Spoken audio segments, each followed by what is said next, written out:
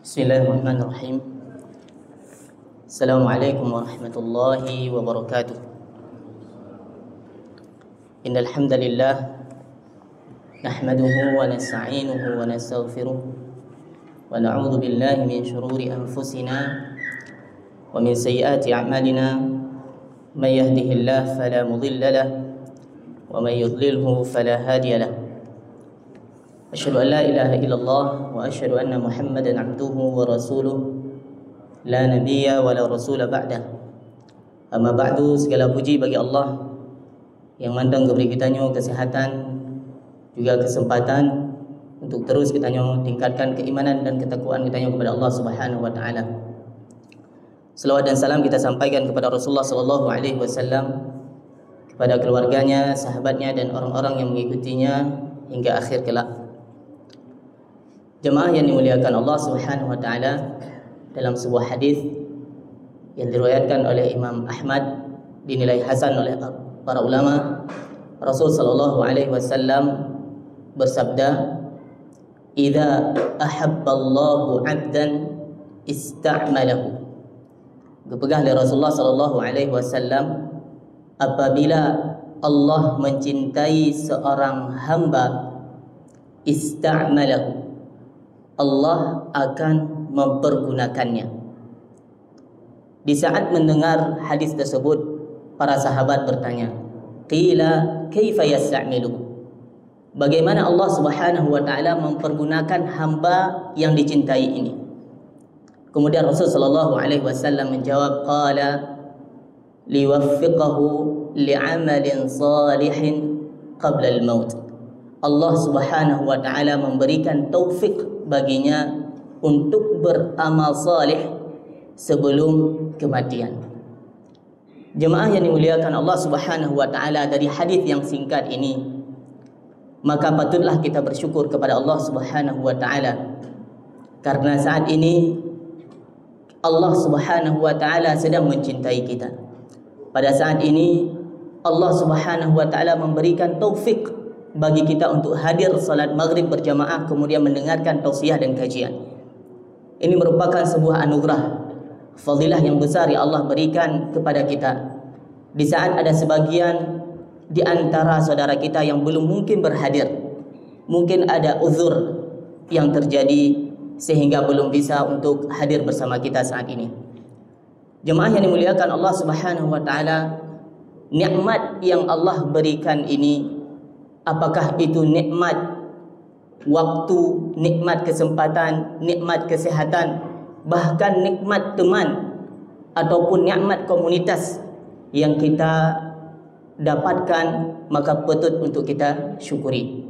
Karena sesungguhnya dalam kehidupan ini ada 3 hal yang perlu kita ketahui, ataupun ada 3 hal dalam jiwa seseorang ini yang Allah berikan, yang harus kita berikan konsumsinya, yang harus kita berikan nutrisinya. Yang pertama adalah ar-ruh. Allah Subhanahu wa taala memberikan kepada kita ruh. Kemudian Allah Subhanahu wa taala memberikan kepada kita al-aqlu, yaitu akal. Dan Allah Subhanahu wa taala memberikan kepada kita al-jismu, yaitu badan. Dan 3 perkara ini tidak boleh luput dan diabaikan oleh seorang hamba. Tidak boleh dia hanya memikirkan untuk tubuhnya saja, sedangkan konsumsi nutrisi untuk akal dan ruhnya dia tidak perhatikan. Ataupun dia hanya memperhatikan ruhnya saja, akan tetapi nutrisi, konsumsi untuk tubuh dan akalnya dia tidak perhatikan.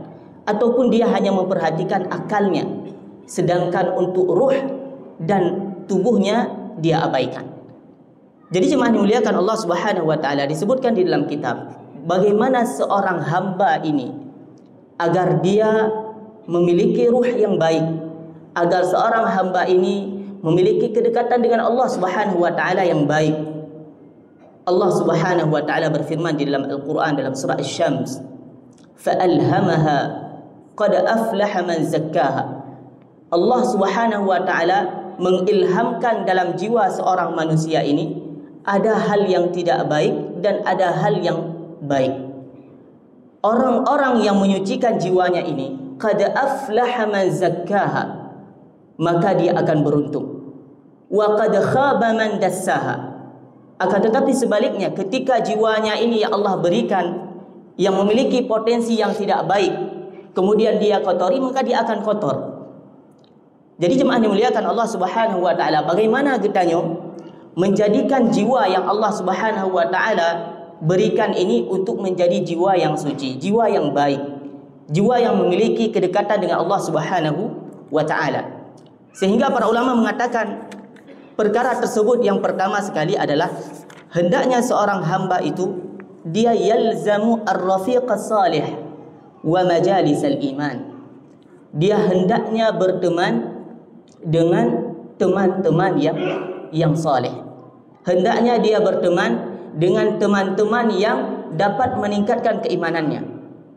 Makanya tidak heran Rasul sallallahu alaihi wasallam menyampaikan dalam sebuah hadisnya, al-mar'u ala dini khalilihi.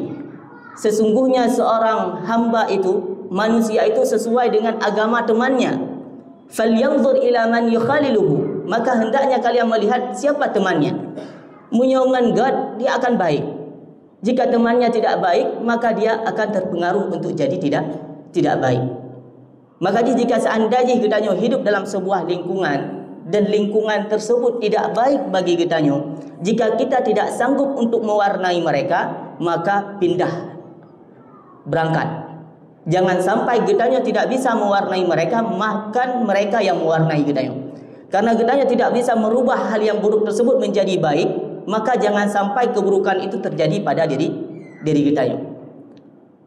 Bukankah Rasul sallallahu alaihi wasallam mengajarkan kepada kitanya doa yang selalu diucapkan oleh Rasul sallallahu alaihi wasallam, ya hayyu ya qayyum bi rahmatika astaghith aslih li sya'ni kullah wa la takilni nafsi tarfat ain. Talakai Allah Subhanahu wa taala agar Allah jaga kitanya, agar Allah perbaiki segala kondisi kitanya.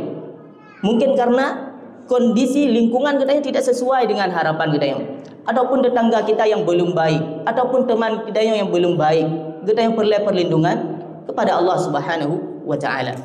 Jemaah dimuliakan Allah Subhanahu wa taala. Hadis yang kita sebutkan bunuh, falyanzur ila man yukhaliluhu, hendaknya kalian melihat siapa teman dia bermain. Ini perlu menjadi catatan penting bagi kita. Bahkan di banyak kitab parenting ataupun kitab-kitab para ulama yang membicarakan tentang pendidikan seorang anak. Ini menjadi catatan bagi kitanya urung syik. Bukan hanya kitanya beramal di dunia ini, bukan hanya kitanya yang soleh. Alhamdulillah kitanya mampu untuk berhadir ke masjid, kitanya mampu untuk solat berjamaah, kitanya mampu untuk beriktikaf di masjid kemudian membaca Al-Quran. Bagaimana dengan anak kitanya? Apakah kita perhatikan dengan siapa dia berteman? Apakah kita lihat dengan siapa dia bergaul? Bagaimana kesehariannya? Terkadang kitanya hana ada pernah anak kitanya tu mena ilmu hana ada pernah anak kitanya merukuk ilmu hana ada pernah anak kitanya melakukan hal yang tidak baik di rumah, tidak. Akan tetapi karena pengaruh lingkungan dan teman dia bermain, akhirnya dia juga terpengaruh. Sehingga sangat penting bagi orang tua untuk memperhatikan lingkungan dan dengan siapa dia berteman. Dan ini merupakan sebuah kewajiban dari Allah Subhanahu wa taala, qu anfusakum wa ahlikum nara. Hendaknya kalian untuk menjaga keluarga kalian dan diri kalian dari api neraka. Jemaah yang dimuliakan Allah Subhanahu wa taala, sehingga untuk berteman dengan teman yang baik ini, teman yang soleh, teman yang meningkatkan kitanya kepada keimanan, itulah sahabat kita yang sebenarnya.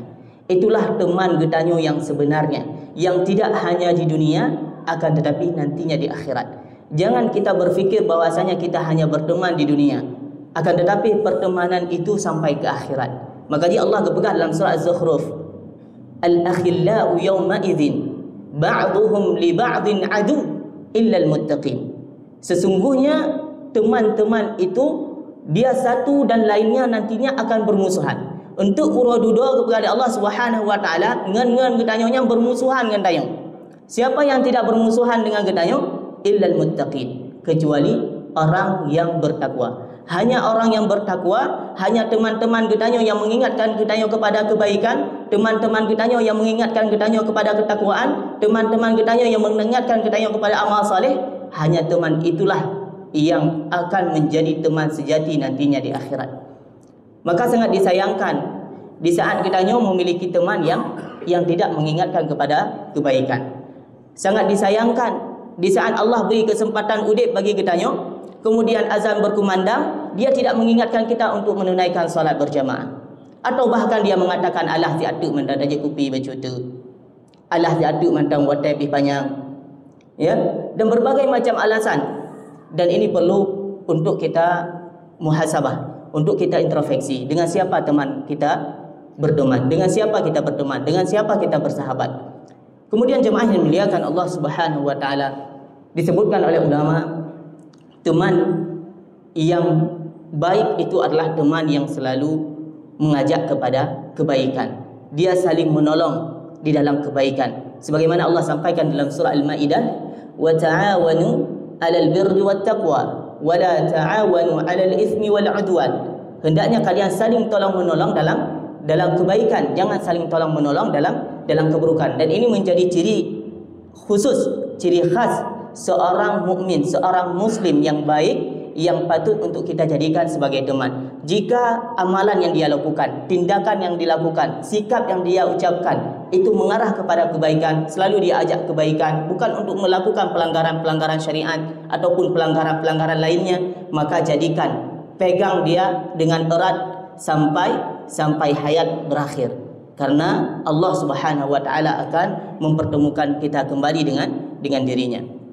Kemudian jemaah yang dimuliakan Allah Subhanahu wa taala, disebutkan di dalam kitab, di antara perkara lainnya bagi seorang hamba untuk dia terus mencari teman yang soleh ataupun menjaga ruhnya ini adalah dengan cara memperbanyak daripada berdoa. Yukthiru min tardidis siyal wal adiyah al ma'thurah.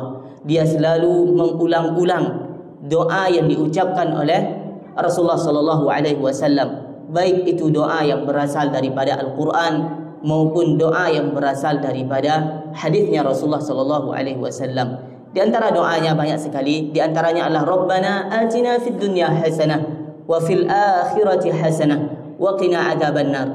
Dan inilah di antara doa yang sangat sering diucapkan oleh Rasulullah sallallahu alaihi wasallam, ya Allah, berikanlah kepada kami kebaikan di dunia. Apapun kebaikan yang ingin kita lakukan, apapun kebaikan yang ingin kita harapkan di dunia ini, apakah itu keluarga yang sakinah, mawaddah, warahmah, anak yang baik yang berbakti kepada orang tuanya, pekerjaan, karir yang baik, kehidupan yang baik, dijauhkan dari musibah, dijauhkan dari hal yang tidak baik, itu kita minta kepada Allah Subhanahu wa taala. Wa fil akhirati hasanah, dan kebaikan juga di akhirat, bukan hanya di dunia akan tetapi juga di akhirat. Wa qina adzabannar, dan jauhkanlah kami dari api neraka.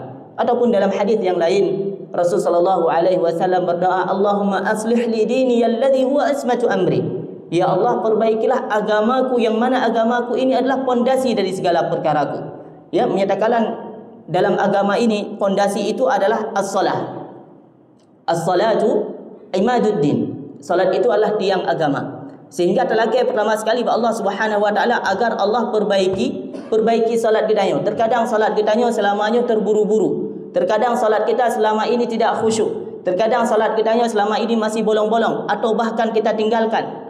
Maka mintalah kepada Allah Subhanahu wa taala agar Allah perbaiki perkara salat ini, perkara agama ini. Karena ketika salat ini baik, maka baik pula perkataan yang lain, baik pula perbuatan yang lain. Innas salata tanha 'anil fahsya'i wal munkar. Karena sesungguhnya salat inilah yang dapat mencegah daripada perbuatan keji dan munkar. Jemaah yang dimuliakan Allah Subhanahu wa taala, di saat Allah memberikan kepada kedanyo nikmat untuk bisa salat tepat waktu, nikmat untuk bisa hadir ke masjid, maka PR kedanyo adalah untuk mengambil anak-anak getanyo juga kita bawa ke masjid.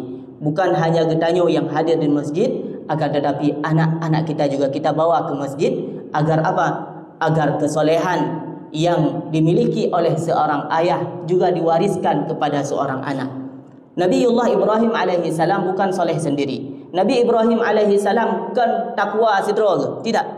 Akan tetapi bisa kita lihat dalam doanya Nabi Ibrahim alaihi salam, Rabbi ja'alni muqimas salah wa min dzurriyyati Rabbana taqabbal du'a.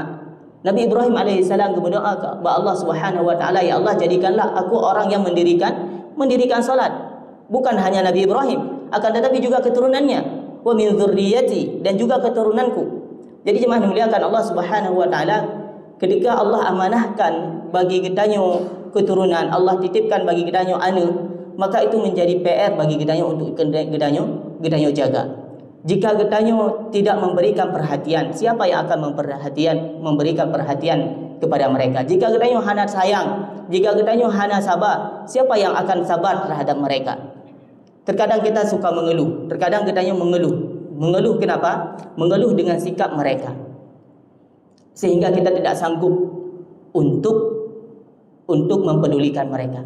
Jika kita lihat bagaimana Nabi terdahulu, ya, walaupun mereka tahu karena wahyu yang turun bahwasanya keluarga mereka itu akan mendustai mereka, keluarganya itu tidak taat kepada mereka, bahkan istrinya itu tidak taat kepada mereka, dan anaknya tidak taat kepada mereka, tetapi dalam kondisi yang sangat parah sekalipun tetap mengingatkan mereka. Bukankah kita membaca di Al-Quran, ya, seorang nabi memerintahkan kepada anaknya dan keluarganya, irkam ma'ana, ayo naik bersama kami ke dalam kapal laut, agar tidak kebanjiran, agar tidak maut datang kepada mereka. Irkam ma'ana, tetap mereka memberikan nasihatnya. Bukan berarti di saat kitanya, takala Nabi ketika itu dia tidak mengatakan, alah, pudah pegah atas saat, dah pegah, hai patih. Tetap mereka mendakwahkan keluarganya, tetap dia ajak keluarganya kepada hal yang baik untuk menuju Allah Subhanahu wa taala. Akan tetapi kitanya terkadang, ya, baru sekali dua kali ataupun baru hitungan bulan atau hitungan tahun, ya, gedanya sudah melepaskan mereka dengan alasan gedanya tidak mau lagi menasihati mereka. Hek tak pegah hanai dinga, hek tak tam hanai dinga, hek tak pakat hanai patih. Tidak ada kata berputus asa dalam mengajak mereka dalam kebaikan. Di saat semua cara itu telah gedanya lakukan, berbagai macam cara telah gedanya lakukan, maka cara terakhirnya adalah disampaikan oleh ulama dengan cara gedanya untuk memperbanyak doa kepada Allah Subhanahu wa taala. Kemudian doa yang lainnya diajarkan oleh Rasulullah sallallahu alaihi wasallam, lanjutan daripada doa bunuh. Setelah Allah meminta, Rasul meminta untuk diperbaiki agamanya. Wa aslih li dunyaya allati fiha ma'ashi. Ya Allah, perbaikilah bagiku duniaku agar god dunianya, agar dia selamat dari hal yang tidak baik di dunia ini. Gedanya pelik untuk dunia karena ma'ashi kepada Allah. Kepada Rasulullah, ma'ashi, tempat aku hidup di dunia. Jadi gedanya terlakir Allah Subhanahu wa taala agar segala yang gedanya lalui di dunia ini itu adalah bernilai ibadah, bernilai amal kebaikan. Terlakir Allah Subhanahu wa taala agar Allah berikan teman yang baik, lingkungan yang baik, orang-orang yang baik, kondisi yang baik, rezeki yang baik, terkhusus adalah rezeki yang halal dan thayyib. Kemudian Rasul sallallahu alaihi wasallam melanjutkan doanya setelah Rasul meminta, wa aslih li dini alladhi huwa ismatu amri wa aslih li dunyaya allati fiha ma'ashi. Kemudian Rasul sallallahu alaihi wasallam katakan, waj'alil hayata ziyadatan li fi kulli khair. Ya Allah, jadikanlah umur yang Engkau berikan ini, kehidupan yang Engkau berikan ini, itu selalu terhiasi, selalu kita lakukan dengan amal-amal soleh. Baik gedanya lakukan dengan hal-hal yang hanagat. Waj'alil mauta rahatan li min kulli syarr. Dan jadikanlah kematian itu adalah bagian daripada pengistirahatan dari segala keburukan. Seorang syekh mengatakan, dua doa yang kita sebutkan tadi, yaitu Rabbana atina fid dunya hasanah wa fil akhirati hasanah wa qina adzabannar. Dan doa Allahumma aslih li dini alladhi huwa ismatu amri wa aslih li dunyaya allati fiha ma'ashi wa aslih li akhirati allati fiha ma'adi waj'alil hayata ziyadatan li fi kulli khair waj'alil mauta rahatan li min kulli syarr. Itu adalah doa yang diucapkan oleh Rasulullah SAW yang mencakup makna dari berbagai sisi kehidupan dunia dan akhirat. Jadi jemaah dimuliakan Allah Subhanahu wa taala, kembali yang kita sampaikan bahwasanya ruh yang Allah berikan kepada gedanyonyo hendaknya untuk gedanyonyo jaga dengan gedanyonyo memperbanyak ibadah kepada Allah Subhanahu wa taala. Disebutkan dalam kitab wa mimma yasta'inu bihil muslim ala taqwiyati ruhihi wa rabti qalbihi billahi tadidi as-siyaq al-maghthurah an Rasulillah sallallahu alaihi wasallam fi kulli amalin min al-a'mal allati warada fiha lirrasulil karim du'aun. Jadi di antara bentuk gedanyo menjaga ruh gedanyo ini menjadi baik adalah dengan gedanyo untuk selalu berdoa dalam setiap kondisi. Falaqad kana lahu fil khuruji minal baiti du'a. Bukankah Rasul sallallahu alaihi wasallam ketika keluar dari rumah Rasul membaca doa? Walidukhuli fihi du'a. Ketika masuk ke dalam rumah Rasul membaca doa. Waliwida'il musafir du'a, walistiqbalihi du'a, walilabsi thawbil jadid du'a. Ya, dalam semua kondisi yang dilakukan oleh Rasulullah membaca doa, memakai baju juga membaca doa. Walittija'i fil firashi du'a, ketika hendak untuk tidur Rasulullah SAW juga membaca doa. Walistiqadhi minad daumi du'a, dan ketika bangun dari tidur juga membaca doa. Untuk apa? Agar ruh gedanyonyo dekat dengan Allah Subhanahu wa taala. Sehingga doa ini bukan hanya ketika setelah solat, akan tetapi dalam berbagai aktivitas yang kita lakukan, itu hendaknya kita untuk mengucapkannya doa. Ketika hendak makan baca doa, setelah makan baca doa. Dan itu bukan hanya pada diri gedanyo, dan itu perlu untuk dibiasakan terhadap anak-anak gedanyo, terkhusus anak-anak kita yang belum bisa ataupun belum besar, galai pajah bui luar. Ya, belum bisa nongkrong mantang mungkin tak pakat pajobu bersama, ya, ataupun nak cucuk gedanyo di rumah tak pakat pajobu bersama. Kita ingatkan untuk baca bismillah sebelum makan. Setelah makan dia bacakan alhamdulillahilladzi at'amani hadza wa razaqani min ghairi haulin minni wala quwwah. Jika kita ucapkan doa tersebut kepada Rasulullah sallallahu alaihi wasallam, ghufira lahu ma taqaddama min dzambi. Setiap orang setelah makan ataupun minum dia membacakan alhamdulillahilladzi at'amani hadza wa razaqani min ghairi haulin minni wala quwwah ghufira lahu ma taqaddama min dzambi. Jika dia membaca doa tersebut, maka Allah akan mengampuni dosa-dosanya yang telah berlalu. Ketika keluar dari rumah, dia ucapkan doa juga. Bismillah tawakkaltu 'ala Allah, la haula wala quwwata illa billah. Jika anak itu masih sangat kecil atau nak cucu gedanyo yang sering saja gedanyo, itu tanamkan nilai ketauhidan di saat kita keluar. Tanamkan nilai ketauhidan, keyakinan dia kepada Allah Subhanahu wa taala saat kita keluar dari rumah dan membaca doa. Dan sampaikan pu arti tidak ada Tuhan selain Allah. La haula wala quwata illa billah, tidak ada daya dan upaya kecuali dari Allah Subhanahu wa taala untuk mengingatkan dan memberikan ketakwaan gedanyo hanya kepada Allah. Karena gedanyo ketika tinggalkan rumah, hanya mungkin takalan pu yang terjadi di rumah. Sehingga saat kita keluar dari rumah, itu adalah bentuk tawakal gedanyo kepada Allah. Ya Allah, pu yang na di rumah ulun, pasangan, anak, isteri ataupun ada orang lain di rumah gedanyo, ya, nama gedanyo daya titip Allah Subhanahu wa taala. Karena tidak ada daya dan upaya kecuali dari Allah Subhanahu wa taala. Kadang gedanyo hanya mampu tak kondisikan. Kita tidak mampu untuk mengawasi mereka yang ada di rumah karena gedanyo kata dubit dari rumah. Begitu juga ketika masuk. Bismillah walajna wa bismillah kharajna wa ala rabbina tawakkalna, ketika masuk rumah. Bahkan sebagian ulama mengatakan di saat gedanyo hendak baca doa ketika dalam rumah, ya, itu syaitan juga ikut masuk bersama gedanyo. Syaitan ikut masuk ke dalam rumah gedanyo bersama gedanyo. Jika kita tidak membaca doa. Sehingga jemaah dimuliakan Allah Subhanahu wa taala, penting sekali dan besar sekali pengaruh daripada doa yang kita ucapkan sehari-hari, dari aktivitas kita sehari-hari, dan kita ajarkan juga bagi keluarga kita, bagi anak kita.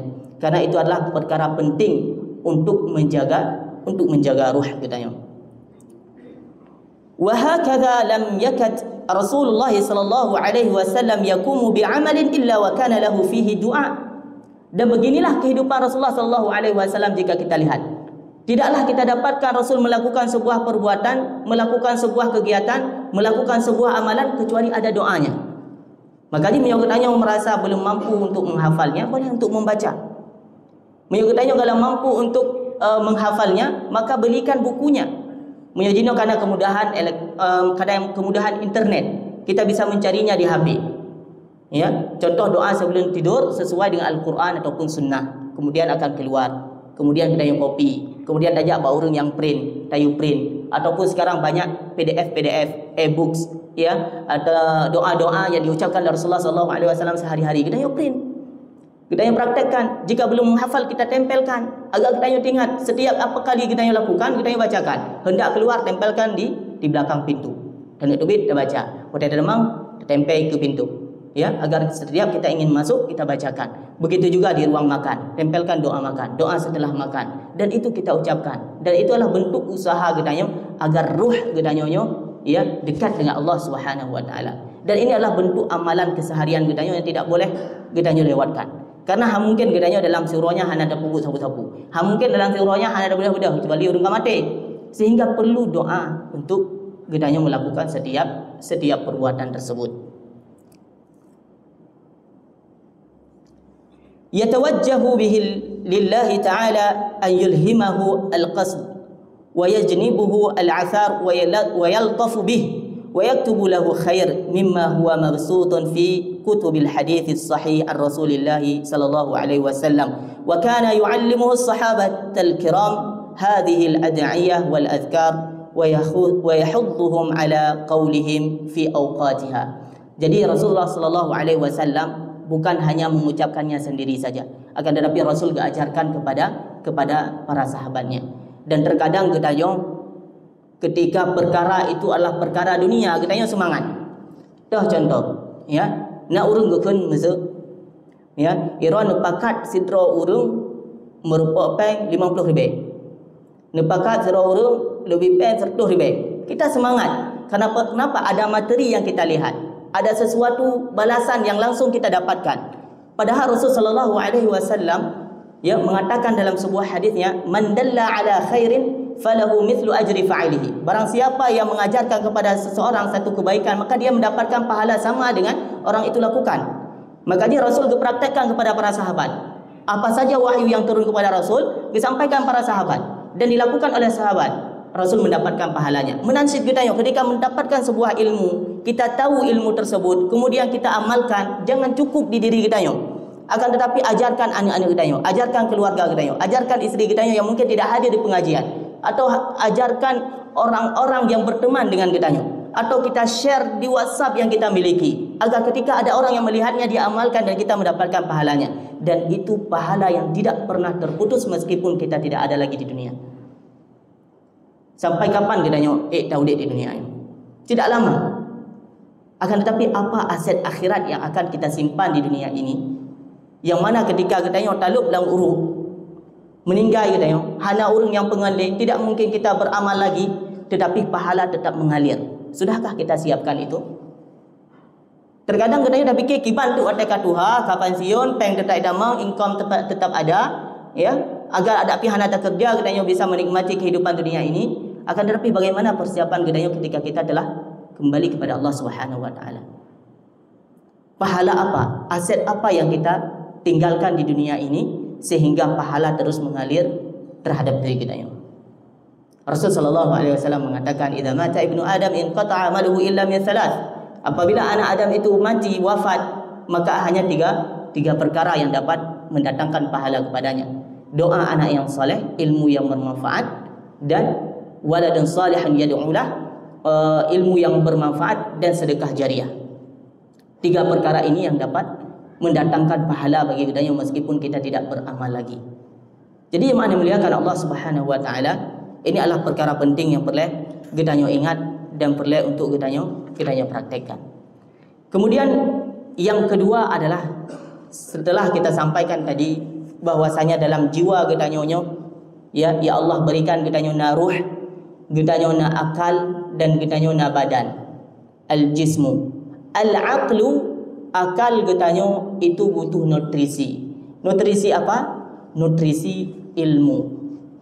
Jadi akal yang Allah berikan kepada gedanyo itu harus diisi dengan ilmu. Ketika ilmu ini tidak kita isi, maka nafsu yang akan lebih besar daripada ilmu gedanyo. Dan ini adalah perkara yang sangat membahayakan. Sehingga Rasulullah SAW mengatakan dalam sebuah hadis, talabul ilmi fariidatun ala kulli muslim. Menuntut ilmu itu wajib setiap muslim, terkhusus adalah ilmu agama, ilmu syariat, ilmu dia beribadah dengannya, itu wajib.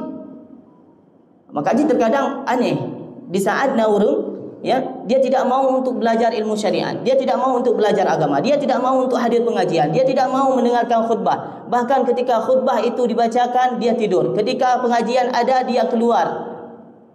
Padahal itu adalah ilmu yang disampaikan dengan alasan menyeluntupu hana lempubut untuk dosa. Mungkin kita mengiakai dia ya, hana tapubut kata depu, hana tapubut dosa. Padahal di waktu tersebut dia telah berdosa karena dia merasa tahu dirinya itu tidak tahu, tetapi tidak mau belajar. Berbeda cerita gedanyo berbasic syariah, nak tajak belajar, nak tajak bud ya. Kita sudah tahu, kemudian ada halangan ataupun ada uzur lain yang tidak memungkinkan untuk hadir pengajian, itu boleh-boleh saja.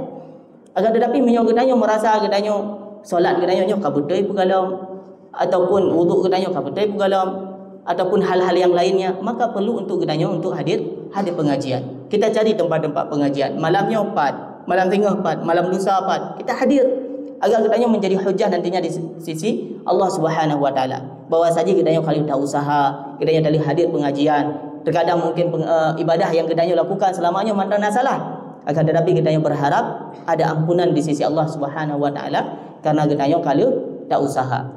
Kemudian yang selanjutnya disampaikan oleh ulama bahwasanya belajar ini hatta al-mamat, yaitu sampai kematian menjemput. Jadi tidak ada alasan bagi gedanyo untuk belajar meskipun kah selesai pendidikan formal.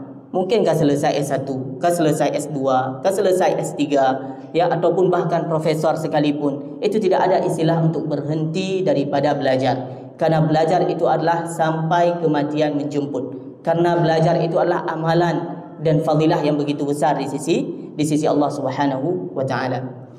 Kemudian jemaah dimuliakan Allah Subhanahu wa taala, di antara perkara lainnya yang disampaikan oleh ulama untuk kita mengisi akal kita ini adalah dengan mempelajari bahasa asing. Al-lughah al-ajnabiyah. Mungkin gedanyo yang berumur ya, agak sulit untuk belajar bahasa asing tersebut, maka jangan sampai terulang bagi anak gedanyo, atau jangan sampai terulang bagi cucu gedanyo. Ya, jika gedanyo tidak mampu untuk mengajarkan mereka bahasa asing, bahasa Inggris ataupun bahasa Arab, yang mana Umar bin Khattab mengatakan al-lughah al-arabiyyah min dinikum, bahasa Arab itulah bagian daripada agama kalian. Maka jika gedanyo belum mampu untuk mengajarkan anak gedanyo bahasa Arab, maka carikan tempat yang mengajarkan bahasa Arab.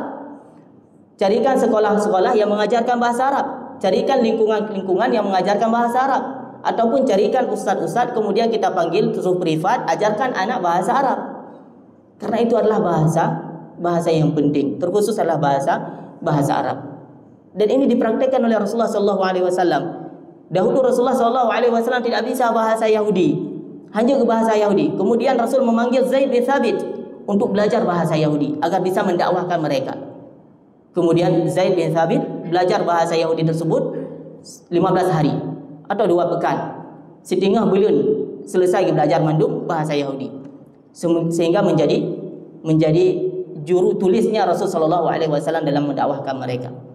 Dalam sejarah juga disebutkan Abdullah bin Zubair itu memiliki 100 orang budak, dan ketika berbicara dengan mereka itu masing-masing ada bahasanya sendiri. Jadi menyatakan para sahabat itu berusaha untuk menguasai bahasa-bahasa asing. Dan ini merupakan bagian dari ibadah kitanya untuk mendakwahkan orang lain. Bukankah ketika kitanya bisa bahasa Inggris, kita bisa dakwahkan?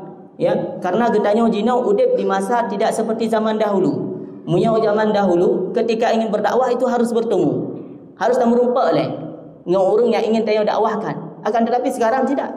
Dengan tulisan kita bisa berdakwah. Ataupun kitanya tidak memiliki kemampuan dalam hal tersebut. Nah, orang yang kitanya kenal, dia mempunyai ilmu, dia mapan di ilmu tersebut, kemudian kita share apa yang dia share, kita mendapatkan pahalanya. Nah, terkadang kitanya tidak mau untuk menyebarkan dakwah ini, tidak mau menyebarkan ilmu. Padahal begitu mudah di saat ini untuk kitanya berdakwah. Tidak harus apa yang kita tulis, tidak harus kita yang berbicara, akan tetapi mungkin apa yang orang lain tulis, mungkin apa yang orang lain bicarakan, kitanya share selama itu adalah kebaikan dan tidak bertentangan dengan syariat Islam. Kemudian jemaah yang dimuliakan Allah Subhanahu wa taala, di antara perkara yang lainnya yang disampaikan oleh ulama yang harus kita perhatikan untuk apa yang Allah berikan kepada kita nyonya adalah al-jismu, yaitu badan. Dan ini sering sekali kita abaikan. Ya, sering sekali kita tidak perhatikan, sering sekali kita remehkan. Kenapa demikian? Karena sesungguhnya badan yang Allah berikan ini adalah badan yang sehat, badan yang sempurna. Akan tetapi hal yang tidak baik itu hadir karena kesalahan dan kecerobohan kita. Makanya Rasulullah sallallahu alaihi wasallam ataupun ulama mengatakan mu'tadilun fi ta'amihi wa syarabihi. Hendaknya kita untuk mu'tadil, untuk sederhana dalam makan dan minum. Bahkan demikian karena berlebihan itu yang tidak baik. Saya teringat jemaah yang dimuliakan Allah, pas tadi pagi. Ya, tadi pagi sekitar jam 9:30 saya wisuda S2. Kemudian Syekh kami, rektor kami mengatakan, Syekh Wahid Bali rahimahullah, hafizahullah, beliau mengatakan satu nasihat yang tidak terbayangkan di kepala saya sebelumnya. Mungkin kitanya tak ingat punya dengan wisudanya, dinasihati kitanya tentang ilmu, tentang dakwah, ya, tentang sabar, tentang memperbaiki niat. Tapi satu nasihat yang tidak pernah terlintas dalam fikiran saya, beliau mengatakan jangan banyak makan dan minum. Jangan banyak makan dan minum. Dan ini memang sesuai dengan apa yang Rasulullah sallallahu alaihi wasallam sampaikan. Rasulullah sallallahu alaihi wasallam menyampaikan dalam sebuah hadis, "Ma mala'a adamiyyun wi'aan syarran min batnihi." Tidak ada tempat yang diisi oleh seorang hamba itu yang lebih buruk daripada perutnya. Jadi perutnya adalah tempat yang paling buruk yang diisi oleh manusia, oleh ibnu Adam, cucunya Adam. Kemudian Rasul menyampaikan, fa idza kana la mahalata fa'ilan. Karena kitanya tidak mungkin tidak memasukkan sesuatu dalam perut kitanya.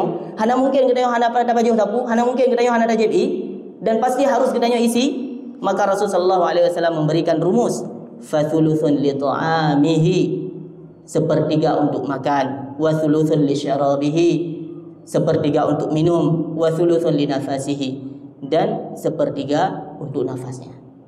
Dan terkadang kitanya berlebihan makan sehingga haid ada JI, ataupun tidak ada JI haid ada jebu, ya, ataupun tidak makan sama sekali juga bermasalah, ya, sehingga semuanya harus mu'tadil, harus sesuai.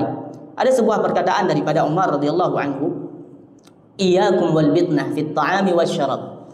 Hendaknya kalian untuk sederhana dalam makan dan minum. Yang diperhatikan, apa kata Umar radhiyallahu anhu? Fa innaha mufsidatun lil jasad. Karena berlebihan makan dan minum ini dapat merusak badan. Muthiratun lis-saqam, dan dapat menyebabkan sakit. Muksilatun 'anis salah. Ini yang berbahaya. Dapat membuat seseorang malas untuk salat. Ya. Jadi pengaruh terkadang orang bersalat karena ada makanan, sehingga dia sulit untuk berdiri salat. Wa 'alaikum bil qasdi fihima. Hendaknya kalian untuk sederhana dalam makan dan minum.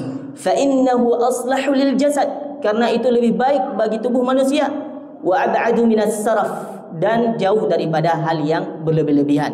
Wa innallaha ta'ala la yubghidul habras samin, dan Allah membenci orang yang gemuk karena banyak makan.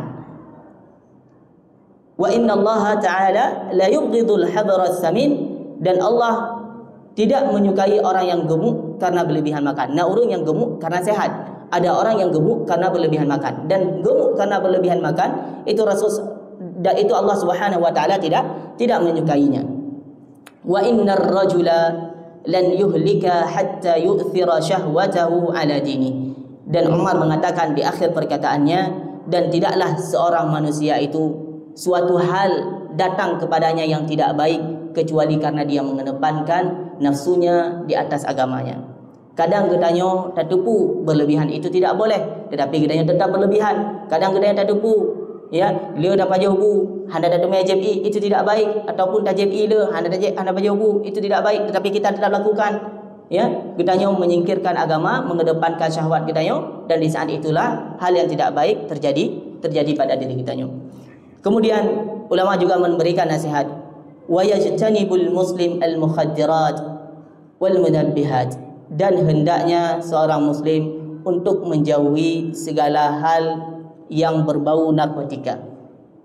Apakah itu sabu-sabu, apakah itu ganja, apakah itu rokok, segala hal yang tidak baik bagi dirinya hendaknya dia menjauhinya. Dan ini adalah disampaikan oleh ulama kita agar kitanya untuk waspada, karena itu tidak baik bagi diri kitanya. Dan para ulama mengatakan orang yang paling sulit untuk kita berikan nasihat itu adalah orang yang merokok. Ya, insyaallah hino hana urung merokok, tapi nyawa tengok pegang, ya. Tetapi begitulah disampaikan oleh ulama. Urung yang hek tadi nasihat adalah urung yang merokok. Napu dah pegah, napu gesuut. Ya. Dan saya pernah dapatkan jemaah dimuliakan Allah Subhanahu wa taala sebuah kondisi yang sangat menyedihkan. Ya, saya berbicara dengan seorang anak SD dengan polosnya. Saya bertanya, "Abang, pu kerja mak?" Dia menjawab, "Mekat kebab." Kemudian saya tanya, "Pu kerja ya?" "Pi perokok."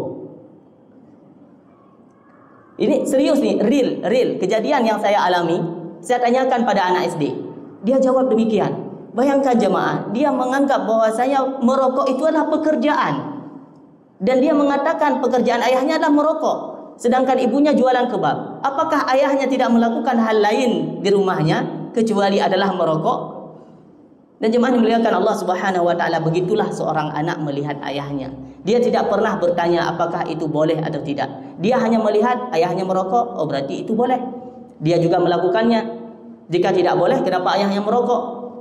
Itu adalah hal yang simple yang terlintas dalam fikiran seorang anak. Jadi jemaah dimuliakan Allah Subhanahu wa taala, itu adalah perkara yang perlu katanya untuk menjadi contoh bagi anak-anak katanya, dan katanya jauhi untuk menjaga kesehatan katanya. Kemudian perkara yang lainnya disebutkan oleh ulama adalah yuzawilur riyadhatal badaniyah.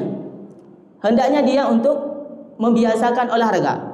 Terkadang katanya menganggap olahraga itu hanya dilakukan oleh anak muda saja. Dia berlari, dia main bola, main voli, main raket. Orang kedua yang sudah berumur dia tidak olahraga lagi.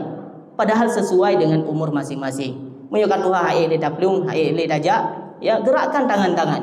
Ya, itu adalah bagian dari bentuk gedanya mengikuti Rasulullah sallallahu alaihi wasallam. Karena Rasul sampaikan al-mu'minul qawi khairun wa ahabbu ila Allah minal mu'minil dhaif. Sesungguhnya mukmin yang kuat itu lebih dicintai dari Allah Subhanahu wa taala daripada mukmin yang lemah. Kemudian jemaah dimuliakan Allah Subhanahu wa taala, perkara lainnya yang harus diperhatikan oleh seorang hamba terhadap tubuhnya adalah nadhiful jismi wathiyab. Dia memperhatikan kebersihan badan dan pakaiannya. Sebagaimana Rasulullah SAW banyak mengatakan hadis yang berkaitan dengan hal tersebut.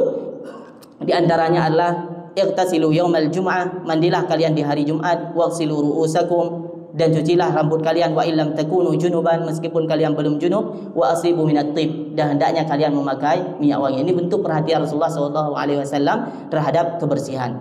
Dalam sebuah riwayat ataupun sebuah kisah, pernah Rasulullah SAW suatu ketika Rasul berada di masjid. Ini ceritanya sangat menarik. Karena Rasulullah SAW fil masjid. Rasulullah pernah duduk di sebuah masjid.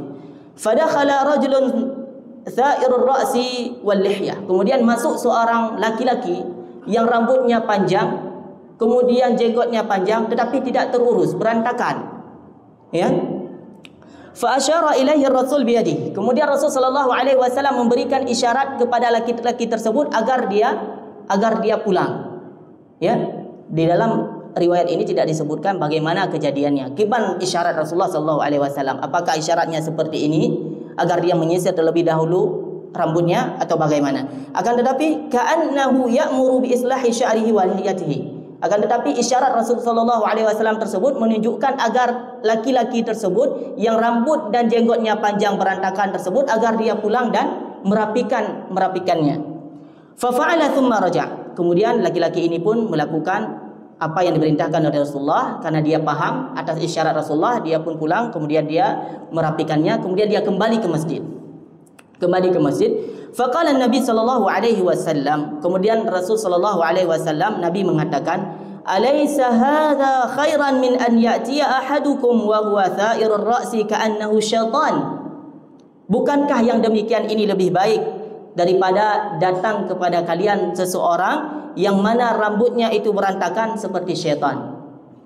Hadis ini ataupun riwayat ini jemaah dimuliakan Allah Subhanahu wa taala, kisah ini memberikan pelajaran bagi kita dari sisi bagaimana kita menegur seseorang. Takalan Rasul sallallahu alaihi wasallam ketika menegur seseorang itu tidak menegurnya di khalayak ramai. Rasul sallallahu alaihi wasallam tidak mengangkat suara karena menyebut suara oleh Rasul, sahabat yang lain mendengarkannya.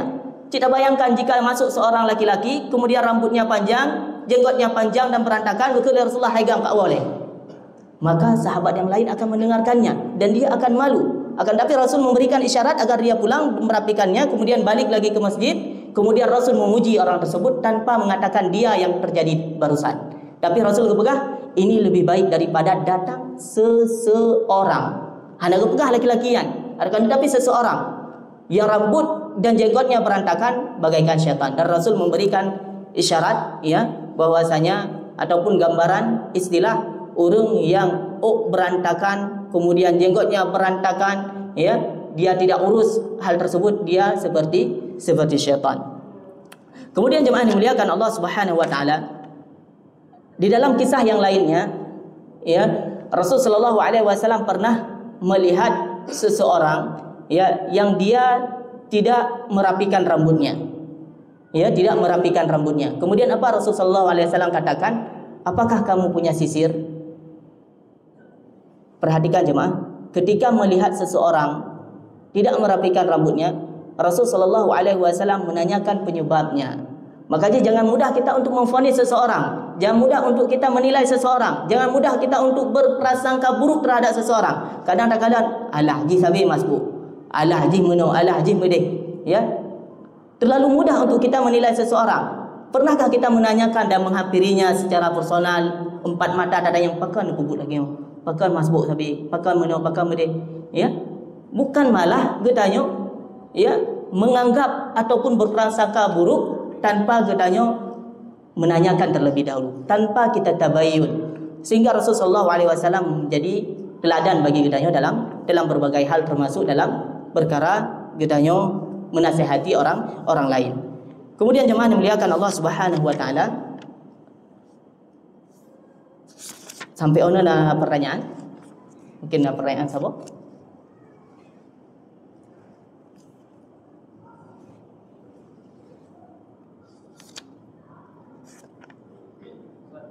Iya.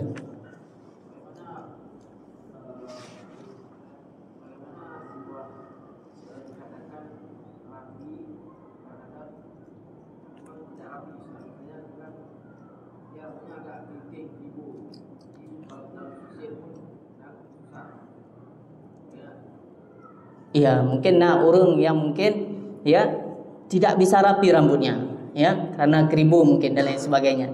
Dan itu adalah sebuah ketetapan yang telah Allah berikan. Memang tidak mungkin kita ubah, ya, tidak mungkin kita ubah memang karena ketetapan daripada Allah Subhanahu wa taala. Dan perlu kita yakini, ya, di saat apapun yang Allah ciptakan kita dengan berbagai kondisi apapun, itu adalah yang terbaik bagi kita. Laqad khalaqnal insana fi ahsani taqwim. Mungkin jika gedanya hana keribunya, jika mungkin gedanya ketika tak rapi kemudian langsung rapi, ya, itu tidak baik bagi gedanya. Mungkin terjadi kesombongan dari rambut yang rapi tersebut, sehingga Allah takdirkan gedanya hana rapi meskipun kali dah rapi. Ya, mungkin itu saja yang dapat kita sampaikan. Lebih dan kurang kita mohon maaf. Nakhtatim bi doa kafaratul majlis. Subhanakallahumma wa bihamdika asyhadu an la ilaha illa anta astaghfiruka wa atubu ilaik. Assalamualaikum warahmatullahi wabarakatuh.